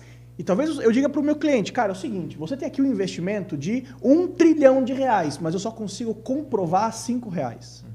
Então, assim, você tem um risco muito grande nesse outro R$1 trilhão aqui, que eu, como uma empresa conservadora, idônea, eu não vou trazer para você. Vamos fazer o seguinte, vamos trabalhar para esse ano, para que você tenha esse projeto melhor ajustado? Vamos trabalhar na documentação? Vamos trabalhar na forma de demonstração? Para que quando eu chegar na próxima entrega, você possa aproveitar esse trilhão e não os R$5 que eu consigo demonstrar. Então, assim, você acha razoável, André, dizer que, às vezes, eu deixo projetos de lado por conservadorismo, mas eu não abandono o projeto. Eu estou dizendo o seguinte, o meu objetivo aqui é ensinar a empresa como melhorar os projetos internos dela. O que significa, talvez, sei lá, que talvez ela possa inovar mais por conta disso, inclusive, porque ela vai aprender como inovar. Não, perfeito. E eu acho que ela vai ter clareza dos números relacionados à inovação tecnológica. Então, a gente está olhando para trás, tá? Mas o que desse 1 trilhão é inovação de fato? Ou não é apenas uma compra de uma ferramenta ou algo nesse sentido? Uma vez que a gente começa a estruturar, a gente começa a ter governança sobre aquilo, a gente passa a ter indicadores sobre aquilo. Qual a área que está tendo mais retorno relacionado aos projetos? E também sobre a comprovação daquilo que foi desenvolvido, as evidências daquilo, né? Eu acho que conforme a gente vai aculturando a empresa que... Vamos olhar daqui para frente, de forma conservadora, eu não vou falar para você apenas, né, acreditar na palavra que isso foi desenvolvido. Claro, tem evidências, lastros fiscais do que foi gasto, tem folha de pagamento, ou a nota fiscal ali atrelado, mas às vezes faz um contrato com um prestador de serviço, não tem um contrato, né, só tem a nota fiscal ali do serviço, então você não consegue vincular algum projeto de fato. Então a ideia, o nosso papel é exatamente esse, se não dá para olhar para trás porque não tem documentação robusta o suficiente, vamos olhar para frente então, vamos daqui para frente começar a estruturar isso de maneira adequada para que você tenha o menos riscos possível de algum questionamento ou alguma dor de cabeça que se quer, que eu acho que é esse o papel da consultoria, né? Evitar que a empresa tenha uma dor de cabeça, uma vez que ela está buscando especialistas para auxiliarem ela nesse processo. E exemplificando, acho que algo que é bem interessante é que hoje em dia tem empresas que atuam com Lei do Bem há mais de 5 anos que se tornou papel de tomada de ação. Então, eu sei que eu vou ter um projeto que pode entrar na Lei do Bem e eu sei que vai ter um projeto que não entra na Lei do Bem. Qual que eu vou focar? Qual que eu vou tomar ação? Com o da Lei do Bem, eu sei que eu vou ter um retorno de 20% a 34%, como o Vitor comentou. Então, eu vou focar naquele dali. Pode dar mais trabalho, pode dar errado, independente. Se for que eu sei que é inovação, para tomada de ação, eu vou naquele. Porque eu vou ter um retorno. E eu acho que é de fato essa mudança ali, eu acho que é esse patamar que uma empresa pode chegar de usar o benefício ativamente, não reativamente. Então, você pensar já, se você tem os conceitos todos definidos, até a mudança de... beleza, eu vou pensar lá na frente, eu vou iniciar o meu projeto já sabendo que eu vou ter ali esse retorno, mas no meio do próprio projeto. eu estou aqui entre a decisão de contratar um terceiro para desenvolver meu software aqui interno, ou eu contratar uma pessoa para estar aqui dentro e desenvolver para mim. No final das contas, ali, às vezes sai muito mais barato eu tomar essa decisão de contratar alguém, ter uma pessoa interna, do que eu contratar um terceiro. Então, é usar, de fato, esse conhecimento do benefício mais aprofundado para ele se tornar muito mais ativo do que você olhar para trás, fazer toda a sua... seu ciclo ali de desenvolvimento, e aí chegando no ano seguinte você olhar para o que gastou para você pedir esse benefício ali de volta, o valor de volta. Vamos falar, quer fazer um complemento? Um complemento ali do Vitor, é bastante importante isso, que eu até falei em utilizar em tempo real, né? E ele falou de olhar para trás, mas a gente não deixou muito claro o que quer dizer isso. Porque, como eu disse, a gente tem até agosto para reportar no base 2025, janeiro a dezembro. A gente vai retificar obrigações acessórias, né? Acho que isso é simples, do que já foi pago ali de imposto, porque a Lei do Bem, o incentivo da Lei do Bem, ela é uma exclusão adicional da sua base de IRCS. Então é isso, você vai excluir ali da base de IRCS. Só que ela é de fruição automática. Claro que existe uma análise ali, posteriormente, por parte do Ministério, é protocolar. Mas você pode... uma vez que você está bem estruturado, em janeiro eu identifiquei os projetos, identifiquei todos os dispêndios, está tudo redondinho, em fevereiro eu vou pagar o imposto ali de janeiro, né? Você já pode entrar com essa exclusão proporcional ali ao mês de janeiro para já ter caixa, para evitar você já faz esse pagamento do imposto menor, né? Digamos assim, por você estar fazendo em tempo real. Então não tem problema fazer dessa forma. Acho que a maioria das empresas que estão bem estruturadas relacionadas à Lei do Bem, elas agem dessa forma, justamente já dá para dar um fôlego de caixa para elas durante o próprio ano mesmo, né? Não fica olhando para trás ali em relacionado à Lei do Bem. Tá aí a diferença de olhar para trás e olhar para tempo real. Exatamente, é isso. Deixa eu aproveitar isso porque eu vou pegar a fala do Vitor e um pouco da sua fala agora também, porque eu quero fazer um pouco de conta aqui. Então, vamos lá, né? Estamos indo do macro para o micro. Começamos a discutir projeto democrático, falamos para quem que serve, falamos um pouquinho sobre o que é inovação, a gente foi descendo, discutiu um pouco como fazer o trabalho, aí o Pedro falou sobre senta com o time, olha o organograma, faz a avaliação do que é projeto, deixa a gente avaliar. O Vinícius falou um pouquinho sobre documentação, o que eu olho, como é que eu preencho e tal. O André trouxe os elementos sobre como é que eu considero esse próximo passo, digamos assim, da melhora da documentação, para que eu tenha uma documentação mais robusta e tal. E aí o Vitor trouxe uma última fala agora, um pouco que nos dá um gancho para a gente falar, beleza, como é que eu coloco isso na ponta do lápis? Então eu fiz tudo isso agora aqui. Eu sei o que é o projeto, eu entendo entendo de inovação, eu sei que isso não é um projeto de engenharia, essa coisa toda que a gente discutiu. De quanto eu estou falando. Então, o que eu considero como gasto que pode entrar aqui, Vitor? Essa é a primeira pergunta. Assim, tudo entra na Lei do Bem? Então, eu tenho lá um projeto de inovação, naquele exemplo que a gente estava discutindo, André, sobre eu compro um sistema, mas eu adapto, vai. Então, eu tenho inovação ali naquele sistema, porque eu adaptei ele. Tudo entra? Então, que gastos entram, que gastos não entram? Essa é a primeira pergunta. Segundo, como é que eu faço a aplicação disso no imposto de renda? É só imposto de renda? É contribuição social? Como é que é essa aplicação? Aliás, para quem está nos assistindo, acho que isso está claro, mas para deixar mais uma vez, a gente está discutindo muito o benefício ou da Lei do Bem. Né? Que benefício é esse? Não é que o governo vai bater na tua porta e te mandar um Pix. Tá? Embora fosse ótimo que isso acontecesse. Mas o que acontece é que você vai trazer esse benefício como impacto no teu imposto de renda. Tá? Então, como é que eu faço essa conta? De novo, entra tudo. Como é que eu trago isso para imposto de renda? É a despesa inteira que entra? Como é que eu posso hoje pensar, se eu sou empresário, quantos % da despesa entra? Conta um pouquinho para a gente de como é que eu coloco isso fiscalmente na ponta do lápis. Perfeito. Bom, definido todos os projetos aderentes, o que a gente vai olhar? Basicamente, o tripé de dispêndios. Então, RH, recursos humanos internos da empresa. Então, todo colaborador faz o levantamento das horas ali que esse colaborador se dedicou ao projeto. Os gastos ali, as despesas que teve ali com salários, encargos, férias, 13º. Então, a gente faz a análise das rúbricas a partir da folha de pagamento ali de cada colaborador. E aí a gente chega nesse primeiro pé ali relacionado a recursos humanos internos. Então, primeiro é RH. Exatamente. O segundo é relacionado à contratação de algum serviço de terceiro externo ali para complementar alguma lacuna de conhecimento, alguma falta de know-how de algo específico do desenvolvimento, como a gente já comentou, que não transfira a questão intelectual do projeto, não transfira esse risco. Então, a contratação de um serviço para esse desenvolvimento. E o terceiro... Ou seja, só para ver se eu entendi, o que eu gastei com o serviço também entra na conta. Exatamente. Tá bom. Tem que estar naquele critério de risco, o risco tem que ser meu, não pode ser do cara. Mas se eu entender que o risco for meu, eu trago quando... contratei lá o cara por 1 milhão, eu trago esse 1 milhão para dentro da conta. Perfeito. Tá bom. O valor ali, a gente anexa o contrato de trabalho e a nota fiscal e a gente comprova esse gasto ali técnico. Desculpa te interromper, Victor. Só tem um ponto, né? O valor com a licença em si, a gente não considera. Porque esse valor Tá bom. é um valor fixo Tá ali, né? Que é da operação. Então, a gente não considera. A gente ou considera... até imobilizados em caso de equipamentos. Exato. Então, é muito mais voltado Mas o que entra no PJ, então? A hora trabalho do cara? Exato. O PJ, processo de sim. consultoria e implementação ali que foi utilizado, às vezes, para adaptar... Mas eu consigo separar isso? Porque eu posso ter no mesmo contrato, o contrato... Eu contrato lá um PJ no nosso exemplo de TI. Aí, no mesmo valor lá, tem a licença que eu estou adquirindo, mas tem um tempo lá de desenvolvimento que ele vai me ajudar no desenvolvimento interno e que o risco tecnológico é meu. Eu consigo separar isso? A gente analisa nota fiscal por nota fiscal. Se não tiver segmentado na nota fiscal, a gente vai para o contrato, vê o que tem no contrato, quais os valores e vê se está aderente ao que está na nota. Tá bom. Né? Mas, basicamente, a gente consegue e a gente olha para isso. Beleza. Então, primeiro pé, recursos humanos. Eu vou olhar para funcionário interno. Perfeito. É isso.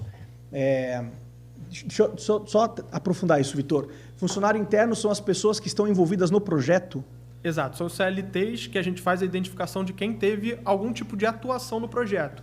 Não precisa ser exclusivamente passar o ano inteiro ali ou ser da área de P&D da empresa ou de engenharia, que seja ali focado 100% no desenvolvimento, mas qualquer colaborador que teve alguma dedicação, gastou horas do seu ano ali que a gente está olhando para desenvolver o projeto, a gente consegue incentivar. Tá bom. Então não precisa ser um cara que está exclusivamente trabalhando na pesquisa. Isso. Tá bom, beleza. Basta eu me envolver de algum modo. Exatamente. Aí imagino que eu não vou usar o salário inteiro dele, eu devo ter algum Faz rateio lá. proporcional Né? Tá bom, beleza. das Então, horas. primeiro, recursos humanos. Segundo, serviços, pessoas jurídicas. Exato. E o terceiro é relacionado a insumo ou algum material de consumo. A gente vê muito em empresas de engenharia, ali, indústrias, o ramo alimentício, o agro, química, que gasta para realizar lote piloto, a fase de teste, que faz parte do ciclo de desenvolvimento ali que é aceito esse projeto ao Ministério. Então, todos esses valores de material, de insumo, de matéria-prima que foi gasto ali para validar o desenvolvimento, ele também é aceito. Gui, só um complemento, tá? Então, quando a gente fala em materiais de consumo, né, a gente tem ali o desenvolvimento experimental, que eu comentei anteriormente, né? Então, ele abrange também a etapa de desenvolvimento de um protótipo, né? Então, a empresa vai desenvolver um protótipo de um produto, ela vai ter que testar esse produto, tá? Então, todo o material que ela utilizar durante esses testes ou durante o desenvolvimento desse protótipo, a gente também consegue levar para a Lei do Bem, tá? Como um insumo para o desenvolvimento experimental desse produto. Então, o que eu gastei adquirindo esses insumos entram nesse terceiro tripé. Exato. Beleza. Então, estou falando de recursos humanos, estou falando de serviços, PJ, e estou falando de insumos, é assim que vocês chamaram, né? Materiais de consumo. Isso. Materiais de consumo. Beleza. Cheguei a uma conta. E aí? E aí a gente tem, a partir desse valor todo, na legislação a gente tem uma escala ali de percentual de exclusão fiscal que a gente pode alcançar. Então, toda empresa inicia esse incentivo com 60% de exclusão fiscal em cima dos dispêndios identificados. Então, vamos supor que a gente tem R$1 milhão que a gente mapeou com todos esses gastos. Eu iniciei, todas as empresas iniciam com 600 mil ali, que eu vou poder deduzir da minha base. Então, o que a gente faz para escalar? Então, a gente pode ter 60% de exclusão, 70% ou 80%. Como a gente ativa esses gatilhos de exclusão? A gente volta ali para a questão do RH interno. Então, como o objetivo principal do incentivo é manter a inovação ativa nas empresas brasileiras e não importar, não compartilhar esse risco, incrementando a minha equipe de pesquisadores. Pesquisador é definido como um colaborador CLT, então PJ ele é incentivado como terceiro, mas ele não entra nesse cálculo de pesquisador. Então, é um colaborador CLT que fique no mínimo 80% do seu tempo do ano focado nesses projetos que a gente está incentivando e que ele tenha uma graduação, seja com ensino médio técnico, tecnólogo, graduado, pós-graduado, mestre ou doutor.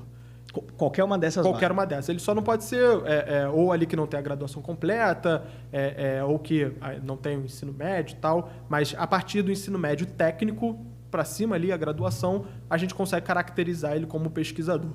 Então, cumprindo esses pré-requisitos ali, a gente identifica esses colaboradores e aí eu vou falar muito percentual, mas se a gente inicia com 60% de exclusão. Se a gente consegue um incremento olhando para os pesquisadores, a gente compara o ano calendário anterior com o ano calendário atual. Se a gente consegue um incremento entre 0% e 5% nessa equipe de pesquisadores, a gente ativa o primeiro gatilho de 10% de exclusão adicional. Então, a gente chega a 70%. Se a gente consegue um incremento acima de 5%, a gente consegue elevar mais para os 80% de exclusão fiscal. Então, olhando o exemplo de R$1 milhão, se uma empresa ela não teve ou manteve a equipe de pesquisadores relacionados ao ano anterior ou diminuiu ali, teve um decréscimo, ela fica com 600 mil de exclusão fiscal. Se teve esse incremento entre 0% e 5%, ela fica com 700 mil. E se ela teve um incremento acima dos 5%, ela chega a 80% de exclusão fiscal. O incremento, Vitor, ele só vale para empresas que já fizeram alguma vez Lei do Bem na vida, então. Porque se é meu primeiro ano, eu não tenho base comparativa com o ano passado. A gente pode caracterizar ali que teve esse incremento. A gente sai de 0 para 1, então já teve esse incremento na equipe. Então, normalmente esse gatilho já é acionado ali no primeiro ano calendário da empresa ali junto ao Ministério. A minha exclusão, nesse teu exemplo, então, se eu gastei R$1 milhão, o meu crédito não é de 600 mil inicial. Esse é o meu valor da exclusão. Exatamente. Esse é o valor que você vai deduzir da sua base de cálculo. Beleza. Então, todo esse valor, todas essas despesas que a gente identificou, ela já é abatida contabilmente, então já é uma exclusão na sua contabilidade. E a Lei do Bem é uma exclusão adicional entre 60% e 80%. Então, ali no LALUR e no LACS, que é o livro de apuração do imposto de renda e da contribuição social, então ele impacta nos dois impostos, a gente deduz da base de cálculo esse valor de exclusão. E aí, posterior a isso, é calculado o imposto de renda e a contribuição social, tem todo o cálculo ali, levando em consideração as peculiaridades de cada empresa, falando de forma fiscal. E aí sim a gente tem a consolidação do benefício, do cashback ali que a gente vai ter, que é basicamente quanto é o meu valor que eu paguei de imposto sem a inclusão dessa dedução ali que a gente teve da base de cálculo, comparado com o valor novo ali, atualizado, com essa exclusão, e essa diferença é a consolidação do crédito. Para a gente não ficar em números fictícios e cada um poder impactar no seu contexto ali, a gente, fazendo todos esses cálculos, pode chegar entre 20% a 27% de retorno. A gente consegue... O quê? De imposto de renda, você está dizendo? Dos dois, porque a gente faz o cálculo dos 60% a 80% da dedução da base, e quando a gente aplica as alíquotas de 25% de imposto de renda, ali, os 15% mais os 10% adicionais de imposto de renda, mais os 9% da contribuição social, a gente chega nos 34% ali, tirando instituição financeira e banco, que a alíquota é um pouco maior, aplicando esse valor em cima desses percentuais de exclusão, a gente chega nesses 20% a 27%, que já é o efeito final que a gente vai ter na apuração. Imposto de renda ICS. Exatamente. Ou seja, eu estou pensando o seguinte, se eu pago R$1 milhão de imposto de renda, a minha conta de padeiro é que eu, desse 1 milhão, vou pagar a menos R$270 mil, por exemplo, de imposto de renda. Essa é a minha economia, depois de toda essa conta. Pago 1 milhão, vou pagar 1 milhão menos R$270 mil. Exatamente. Em linhas gerais, é exatamente isso. É muito dinheiro, cara. É bastante. E a gente tem até casos que pode chegar aos 100%. Então, como a gente comentou, o poder do benefício. Se tem empresas que inovam e tem a concessão de patentes vinculadas a esses desenvolvimentos, a gente libera os 20% que faltou. Então, a gente falou de 60% a 80%, o Ministério ali e a Receita, eles liberam a exclusão de todo o seu gasto no projeto, se você tem a concessão da patente ou cultivar ali vinculado a esse desenvolvimento, porque ele entende que é algo totalmente disruptivo. Então, você consegue ter o retorno na integralidade desse valor. Muito legal. Eu acho até importante ressaltar que dificilmente a gente consegue esse acréscimo da patente por conta da demora que tem para conceder uma patente no Brasil, né? Só que recentemente a gente teve num evento de inovação da indústria, né? E existiam pessoas ali vinculadas ao MCTI, enfim, ao governo no geral, que tem a pretensão de diminuir o tempo para concessão de patente, né?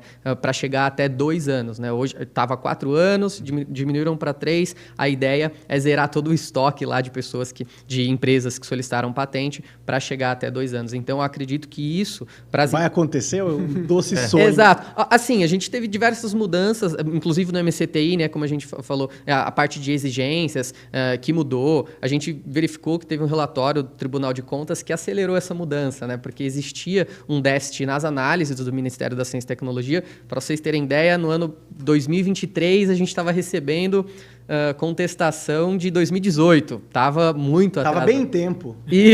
Quase em tempo real. Você mandava num dia, no dia seguinte você recebia. E agora a gente está vendo isso zerar, né? A gente está recebendo os retornos, né?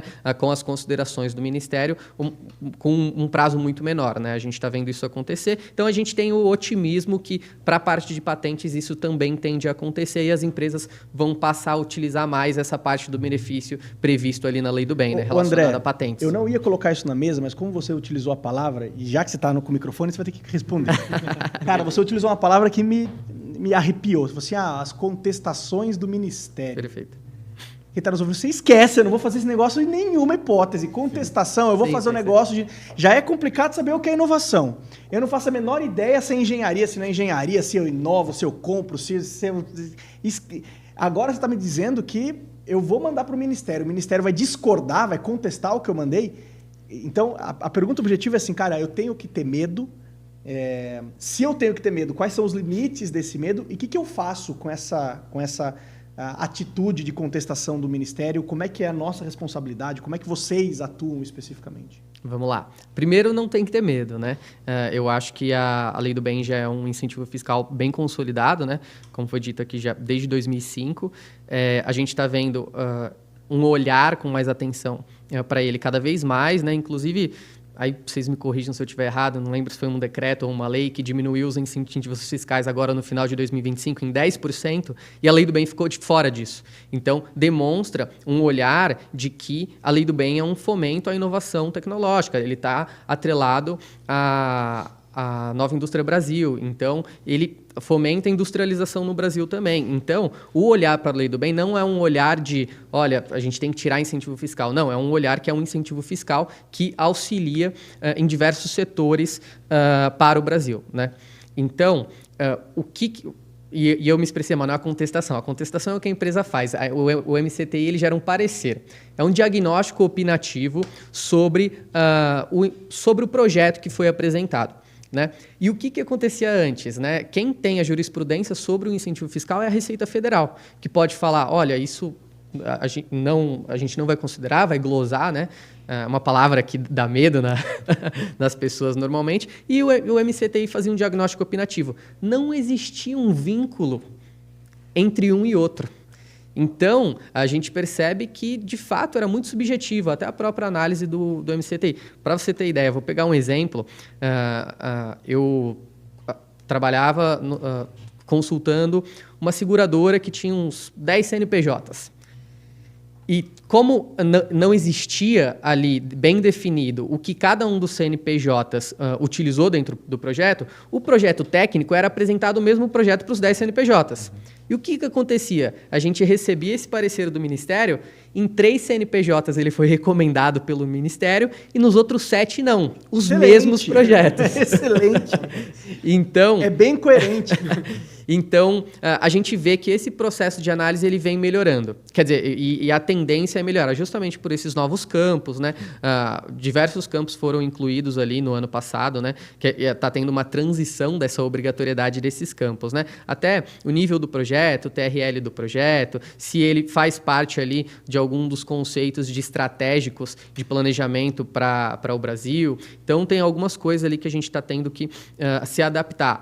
A empresa falar sobre sobre como ela está construindo uma estrutura de pesquisa e desenvolvimento dentro da companhia. Então, não tem que ter medo, mas justamente o porquê que você precisa ser, pelo menos, rigoroso com o rastreio, seja técnico ou fiscal e contábil daquilo. E é aí que, né, as empresas buscam consultorias especializadas nessa questão.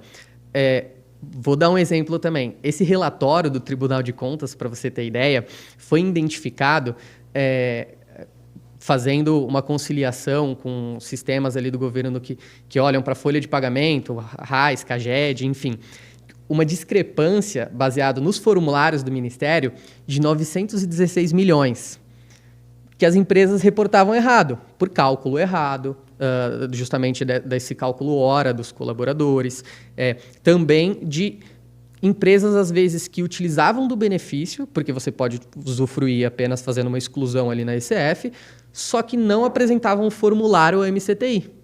Ou não deu tempo, ou esqueceu, eu não sei.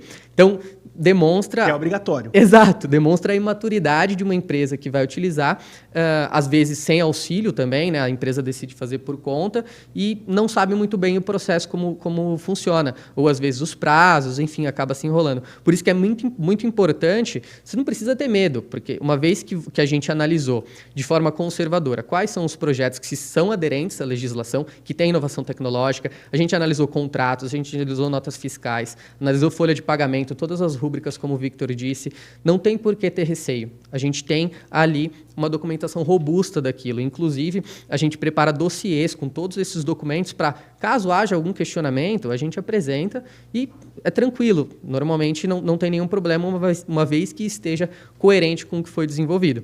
Mas é isso. Como que a empresa se prepara? Esses questionamentos, como eu disse, eles acontecem, né? Às vezes são totalmente incoerentes. Às vezes não. Por isso que a gente olha, entende o questionamento e como que a gente vai fazer uma contestação. A gente identificou que é uma interface aqui que foi desenvolvida. Ele olhou, às vezes o avaliador olhou a palavra interface uma vez no texto e falou, isso aqui não recomendado. E não olha para mais nada, não olha anexo. Ela nem leu, na verdade. Exato. Então, é contar esse contexto e, normalmente, nas contestações, o percentual de reversão é muito grande, né? Beira os 100% ali, esse percentual de reversão. E são várias as etapas de contestação. Para você ter ideia, tem o formulário que a gente apresenta, é a primeira, a gente apresenta os projetos, o MCTI faz um parecer técnico. Desse parecer técnico, a gente pode apresentar uma contestação técnica. Aí tem o parecer da contestação técnica. Do parecer da contestação técnica, a gente pode entrar com um recurso administrativo. E aí tem o parecer do recurso administrativo. Em última instância... E aí você pode apelar para o Vaticano. Basicamente, porque em último recurso, o MCTI não recomendou, claro que a gente tem a tendência de que, justamente, esse relatório do MCTI vai ser vinculado a uma decisão da Receita Federal de glosar ou não determinado projeto, né? Só que tem todos esse processo antes de chegar numa decisão final do MCTI. Uhum. A reversão é muito grande nesses casos, desde que você tenha feito um processo conservador ali de análise, né, bem assertiva. E só concluindo... E aí, justamente, em última instância ainda, você pode recorrer na esfera administrativa, né, junto à Receita Federal, caso tenha um entendimento de não aderência. E, claro, existem outros métodos para diluir esse risco. Ou seja, a gente pode apresentar diversos programas de projetos dentro da plataforma. Então, se você tem um investimento de 10 milhões, você não vai ter 10 milhões... É aquele lance de não colocar todos os ovos numa cesta só, né? Você não vai ter os 10 milhões em um projeto só. A gente vai verificar as vertentes de projeto, pode ser uma área de desenvolvimento da sua empresa, e diluir isso. Às vezes, o Ministério ele recomendou 3 projetos e não recomendou um. E aí a gente vai contestar aquele. Então, até chegar na etapa final, a gente vai diluindo esse risco também e justamente de algum questionamento que possa haver por parte do Ministério. Mas é isso. Eu ia até complementar esse ponto que o André muito bem comentou. E o porquê da rastreabilidade é importante? Porque todo esse processo que o André comentou demora 5 anos, dependendo do caso. O Ministério ele diz que tende a diminuir isso. Então, ter uma consultoria que apoia com dossiês, rastreabilidade, isso garante que daqui a 2 anos, caso por algum infortúnio a equipe deseje sair do projeto ali, não tenha essa rastreabilidade dentro da empresa, nós, como consultoria, temos. Nós temos esses documentos, assim como é enviado para eles, óbvio, mas nós temos essas informações para que daqui a 2, 3, 4 anos, caso tenha um tipo de questionamento, nós possamos ter dados para fazer a defesa, para apresentar isso de forma clara e robusta também. O ponto é o seguinte, eu não posso inventar inovação. Não. Eu tenho que ter alguém que atenda esse critério que vocês discutiram muito aqui. Exato. E aí, Vini, o que você está dizendo é o seguinte, você não pode inventar inovação, você tem que ter alguém que mantenha essa rastreabilidade adequada. Né? Pessoal, comentários finais aqui. Então, vocês têm uma frase para concluir. Vitor, por que alguém deve contar com uma consultoria para a Lei do Bem e não tocar o projeto internamente? Acho que é pelo know-how, pela forma de comunicar e para justamente não tornar o incentivo um monstro porque você teve uma experiência ruim por ter seguido ou sozinho ou com algum outro tipo de apoio que não a gente. Pedro, por que alguém não precisa ter medo de fazer a Lei do Bem, mesmo parecendo uma coisa tão complexa? Bom, porque já é muito bem difundida, né, no nosso país, a Lei do Bem, como a gente já comentou. Então, é o principal órgão de fomento, de fato, da inovação para a empresa se tornar cada vez mais competitiva no mercado. Tá? Então, ela tem essa possibilidade. Né? Então, muitas vezes ela acredita que não tenha projetos, mas a gente avalia e lá no fundo ela realmente tenha. André, se você tivesse que fazer uma recomendação para quem está nos assistindo e está do lado das empresas em relação à organização documental ou organização de equipes e tal, para que eu tenha um projeto melhor de Lei do Bem daqui para frente, o que você recomendaria? Olha, eu recomendaria contratar a gente. Essa é uma excelente resposta. Porque eu acho que você tem que ter um acompanhamento de perto, de governança do projeto. Acho que, no geral, é isso. Você ter controle e imagina que você vai ter uma auditoria. A auditoria consegue refazer todo o processo do que você levantou de projeto, do que você levantou de custo? Se a auditoria não conseguir, significa que tem uma falha no seu processo. Né? Se tem que ficar pedindo documentos, tem que ficar... Não. Tem que ter algo estruturado onde alguém fez algum questionamento, manda esse arquivo aqui para ele que ele vai ter tudo o que ele precisa para comprovar o incentivo fiscal. Muito legal. É basicamente isso.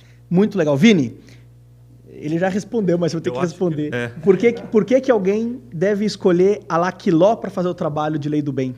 Eu acho que o que o André comentou está perfeito. Eu só ia pedir que seja rápido, porque nós temos um prazo muito curto a partir do momento. E são informações relevantes, são informações críticas, que pode mudar o rumo da sua empresa no futuro. Então, nós, com a nossa expertise, de forma idônea, a gente consegue apresentar o melhor valor para vocês, para os nossos parceiros, e garantir uma segurança. Só para explicar para você que está nos ouvindo, por que você tem que ser rápido? Porque agosto é depois de amanhã. Exato. Eu tenho que apresentar o formulário em agosto. Então, se você não nos contratar nos próximos 5 minutos, eu vou puxar seu pé de noite. Essa é a resposta, Exato. Entendeu? Guilherme, eu acho que só gostaria de ressaltar que acho que é um grande diferencial nosso, inclusive, é todo o nosso acompanhamento de ponta a ponta. Porque, querendo ou não, é um crédito fiscal, porém ele é de origem técnica. E aí, aqui, a gente está conversando com pessoas da parte técnica. Porém, você tem um impacto fiscal, um impacto financeiro.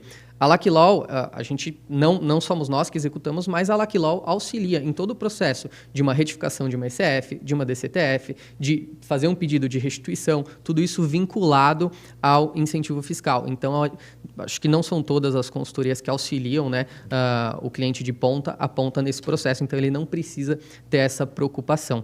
Eu acho que, para além disso, só para concluir, outra oportunidade que a gente também tem dentro do Laquilol é a FINEP. E a FINEP não exclui a Lei do Bem, né? Então, acho que, na verdade, elas são complementares. Muitas vezes a Lei do Bem a gente acaba olhando para trás ali, né? Uma vez que a gente tem um prazo maior, porém a FINEP você consegue construir ali, identificar algum ponto de investimento de projeto que você tem que fazer ali para sua empresa e os custos que o financiamento que você vai ter junto à FINEP, você pode incluir esses custos, parte deles, não todos, porque a FINEP é mais abrangente no quesito de custos elegíveis, né, para ser considerado no projeto, mas parte deles, como os recursos humanos, serviços de terceiros, materiais de consumo, você pode ainda aproveitar na Lei do Bem. Então, a FINEP, você vai ter ainda um financiamento subsidiado, porque as taxas são muito mais baixas do que a gente tem de mercado hoje, que está 14,5%, né? Então, ali... acho que o mais simples ali de projeto que você tem, eu acho que dá por volta de 8%, que é a TR mais 6%, se eu não me engano, algo nesse sentido. E auxilia muito, porque você tem um recurso subsidiado que você ainda depois vai ter um desconto de imposto de renda e contribuição social sobre aquilo que você investiu. Então, acho que é bastante interessante a gente ter esse complemento. E a gente já teve podcasts relacionados à FINEP aqui com o André, com o meu xará, né? Eu acho bastante importante que você que está olhando aí dê uma olhada nesse podcast para identificar essa oportunidade também e que ela pode ser atrelada à Lei do Bem e que a gente atue em conjunto até com o time do André lá para ajudar vocês nesse processo. Inclusive, acredito que ainda amplia o aculturamento à inovação tecnológica dentro da empresa. Espetacular. Gente, obrigado pela companhia, obrigado demais. Eu espero que vocês tenham aproveitado esse denso conteúdo que a gente trouxe. Quase que esse microfone fica denso também. Que a gente trouxe aqui hoje. Ponto é o seguinte, você não está fazendo Lei do Bem, você está jogando dinheiro no lixo. A gente quer que você pare de jogar dinheiro no lixo, pare de queimar dinheiro. Não é possível que você está queimando dinheiro ainda. Obrigado pela companhia. Gente, obrigado, viu? Valeu demais pela participação. Prazer enorme ter vocês aqui. Obrigado mesmo. A você que não curtiu esse vídeo, curta agora, antes de ir embora, antes de encerrar. Você tem um tempinho para curtir esse vídeo. Se inscreva no nosso canal. Mais uma vez, obrigado pela companhia. A gente se vê no nosso próximo podcast, que vai ser sobre Copa do Mundo. Como assim? Vocês vão entender. Como é que a gente fala de tributário e Copa do Mundo. Vai chegar lá, acompanhe, se inscrevam que você não perde a Copa do Mundo. Você vai estar vendo o Jogo do Brasil, comendo uma carninha e vendo o nosso podcast aqui. Um abraço a vocês, até logo. Tchau, tchau.